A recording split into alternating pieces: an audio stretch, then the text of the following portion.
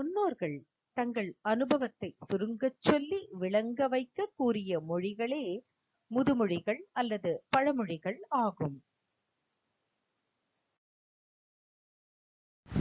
அமுதவாணன் தன் தாத்தாவுடன் வாரச்சந்தைக்கு சென்றான். செல்லும் வழியில் நாய்கள் குரைத்து சண்டையிட்டு கொண்டிருந்தன. அதை பார்த்த அமுதவாணன் நாய்களை விரட்ட கல்லை தேடினான்.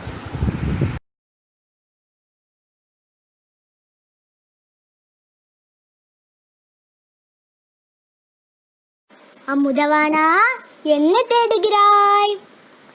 நாயை கண்டால் கல்லை காணோம் என்பதற்கேற்ப இந்த நாய்களை விரட்ட கல் கிடைக்கவில்லை தாத்தா.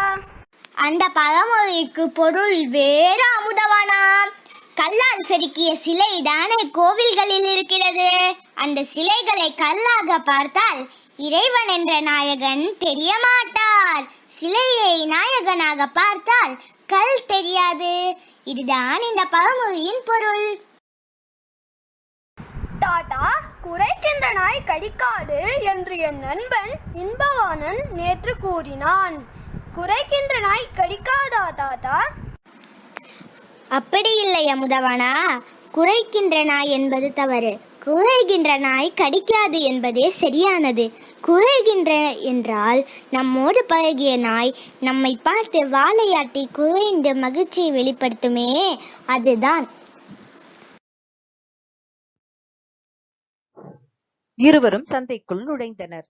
நுழைவாயிலில் யானை ஒன்று ஆசை வழங்கிக் கொண்டிருந்தது. அதை பார்த்ததும் அமுதவாணனுக்கும் ஆசை வந்தது.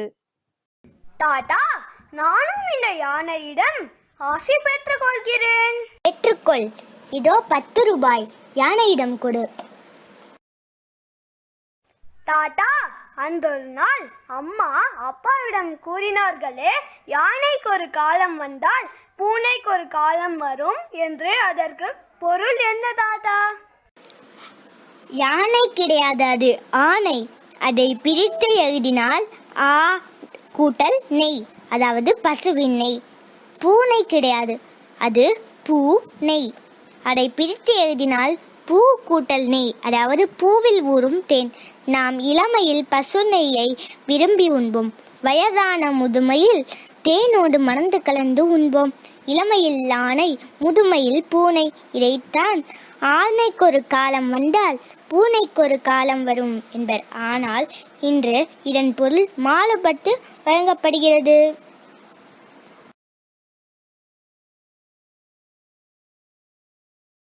தாத்தா, எனக்கு விளையாட பந்தும் மட்டையும் வாங்கி தாருங்கள். அப்படியே பாப்பாவுக்கு பலூன்கள் வாங்கிக் கொள்ளலாம். வாங்கலாம் அமுதவானா.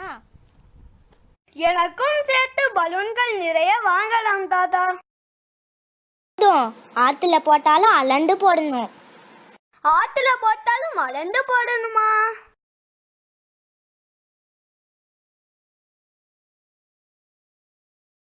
சொல்கிறேன்.